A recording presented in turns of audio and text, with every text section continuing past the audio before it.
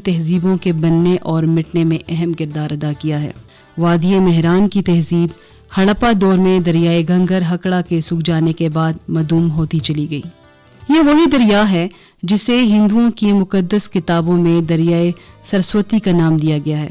آج اس دریا میں مونسون کی بارشوں کا پانی بہتا ہے، جبکہ اس دریا کے کنارے آج بھی ہڑپا تہذیب کے آثار مل جاتے ہیں۔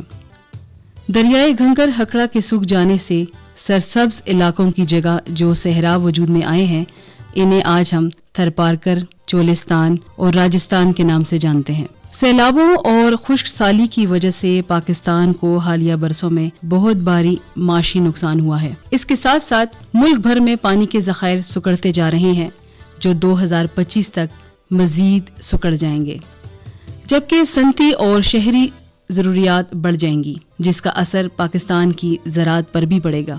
ایک اعداد و شمار کے مطابق موسمیاتی تبدیلیوں کی وجہ سے پاکستان کو ہر سال تقریباً 365 ارب روپے سالانہ یعنی 1 ارب روپے یومیہ کا نقصان ہو رہا ہے۔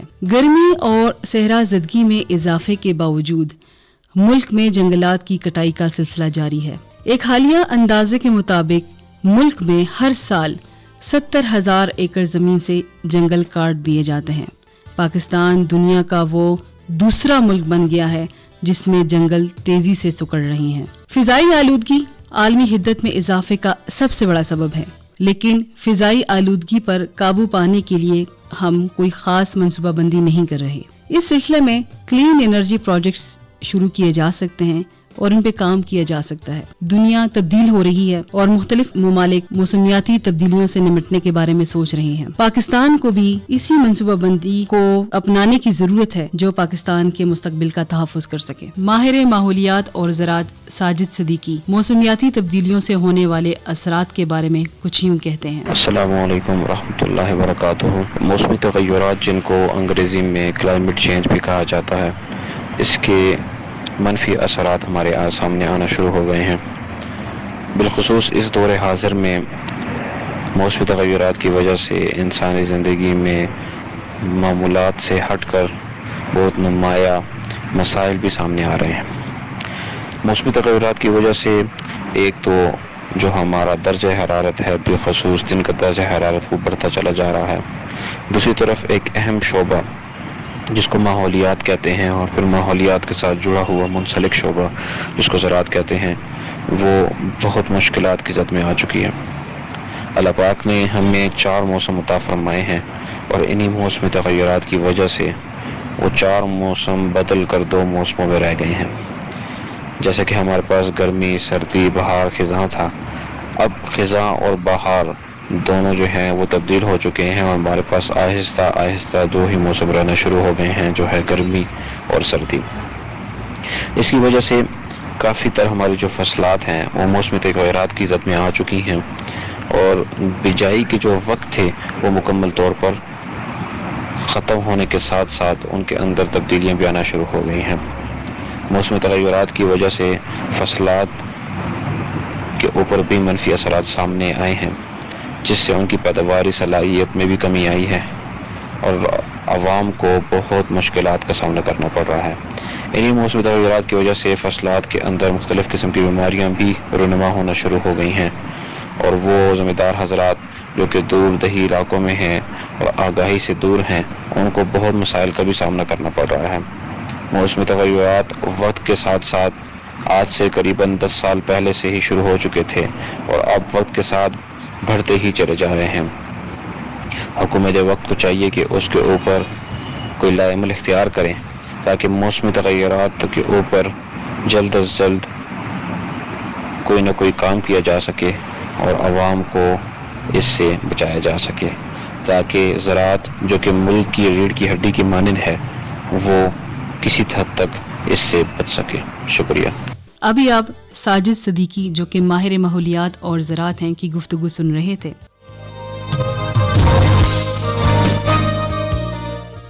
ابھی آپ ساجد صدیقی جو کہ ماہر ماحولیات اور زراعت ہیں کی گفتگو سن رہے تھے۔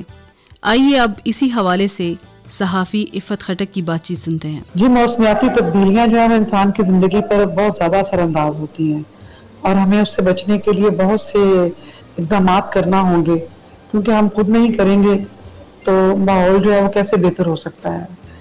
ہمیں چاہیے کہ ہم زیادہ سے زیادہ درخت لگائیں، ایندھن کا استعمال کم سے کم کریں، اور زندگی کو آسان بنانے کے لیے کوشش کریں کہ پیدل چلیں۔ پیدل چلنا صحت کے لیے بہت اچھا ہے، بہت سی بیماریاں اس سے ختم ہوتی ہیں۔ اور ایک اور بات بھی ہے کہ اگر ہم ذاتی گاڑیوں کا استعمال ترک کر کے اجتماعی فائدہ حاصل کرنا چاہیں تو ہمیں چاہیے کہ ہم پبلک ٹرانسپورٹ کا زیادہ سے زیادہ استعمال کریں۔ اور اس کے ساتھ ساتھ اللہ تعالیٰ نے ہمیں شمسی توانائی کا جو ایک ذریعہ دیا ہے انرجی حاصل کرنے کا، اس کو بھی کام میں لانا چاہیے ہمیں۔ شمسی توانائی یعنی کہ سولر انرجی، اس کا استعمال ہمیں زیادہ سے زیادہ کرنا چاہیے۔ اور ایک اور جو ہے اہم بات جو ہے وہ یہ ہے کہ ہمیں جنگلات کی کٹائی کو ترک کرنا ہوگا، اور گھروں کی تعمیر ہمیں ایسے کریں کہ زمین کا کٹاؤ بھی نہ ہو اور قدرتی کیفیت برقرار رہے۔ ابھی آپ صحافی عفت خٹک کی بات چیت سن رہے تھے۔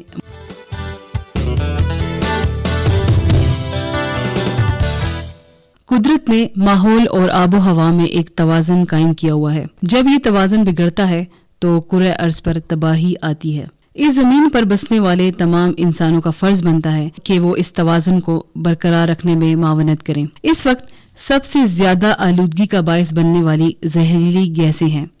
جب ہم کوئلہ، تیل یا قدرتی گیس جلاتے ہیں تو کاربن ڈائی آکسائیڈ گیس پیدا ہوتی ہے۔ یہ گیس جب پودوں اور سمندروں میں جذب ہونے سے بچ جاتی ہے تو فضائی آلودگی کا باعث بنتی ہے۔ اس کرۂ ارض میں قدرتی وسائل کروڑوں برسوں سے مخفی حالت میں پڑے ہوئے تھے۔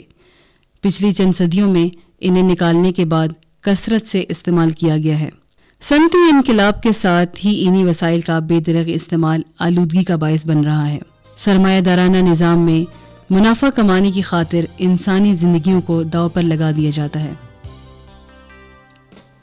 ہماری زمین میں کچھ ایسی گیسز وجود میں آ رہی ہیں جو ہماری آب و ہوا کا حصہ بن کر ماحول میں بگاڑ پیدا کر رہی ہیں، جس میں carbon dioxide gas, methane, chlorofluorocarbon شامل ہیں۔ یہ سب گیسیں انسان ہی پیدا کر رہا ہے۔ مثلاً ریفریجریٹر اور اے سی سے نکلنے والا کلورو فلورو کاربن گیس زمین کے کرہ سے لے کر اوزون کی تہہ کو تباہ کر رہا ہے۔ اوزون کی تہہ سورج کی شعاؤں کو زمین تک پہنچنے سے روکتی ہے، مگر انسان اس بیجا خواہشات کو زندگی سے ماحول کو متاثر کر رہا ہے۔ اور اس کے علاوہ میتھین گیس کھیتوں سے پیدا ہونے والی، خصوصاً جب چاول کی کاشت عمل میں لائی جاتی ہے، یہ گیس بھی کاربن ڈائی آکسائیڈ کی طرح گلوبل وارمنگ کا باعث بنتی ہے۔ پاکستان میں گلوبل وارمنگ کو کنٹرول کرنے کے لیے بہت کم ٹیکنالوجیز میسر ہیں، جس کے باعث درجہ حرارت میں روز بروز اضافہ ہوتا جا رہا ہے۔ پاکستان کے سلسلہ کوہ ہمالیہ میں گلیشیئرز کے پگھلنے سے دریاؤں کے پانی میں اضافہ ہونے کا خطرہ رہتا ہے، جس سے بارشوں کے بعد سیلاب آنے کا اندیشہ لاحق ہو سکتا ہے۔ پاکستان میں بے جا تبدیلی زرعی نظام کو بھی متاثر کر رہی ہے۔ فصلوں اور درختوں کو نقصان کا اندیشہ ہے۔ درختوں کو زیادہ سے زیادہ کاٹ کر بڑی عمارتیں کھڑی کی جا رہی ہیں، جس کی وجہ سے آکسیجن کی کمی اور کاربن ڈائی آکسائیڈ میں اضافہ ہو رہا ہے، کیونکہ درخت کاربن ڈائی آکسائیڈ اپنی خوراک بنانے کے لیے استعمال کرتے ہیں، اور یوں جب درخت کاٹ دیے جاتے ہیں تو فضا میں کاربن ڈائی آکسائیڈ میں اضافہ ہوتا ہے۔ ماحول انسانی صحت کے لیے ناگزیر ہے، کیونکہ اسی ماحول میں انسان پروان چڑھتا ہے اور زندگی کے مراحل طے کرتا ہے۔ اگر ایک نظر اپنے آس پاس کے ماحول پر ڈالی جائے تو یہ بات فکر سے خالی نہیں ہے کہ انسان اپنے ہی ہاتھوں اپنی بیماریوں کا سامان پیدا کر رہا ہے۔ اپنے فضول اور ذاتی مفادات کے لیے وہ اپنے ہی ہاتھوں خود کو نقصان پہنچانے کے لیے تیار کھڑا ہے، جس کا منہ بولتا ثبوت موسم میں ہونے والی تبدیلیاں ہیں۔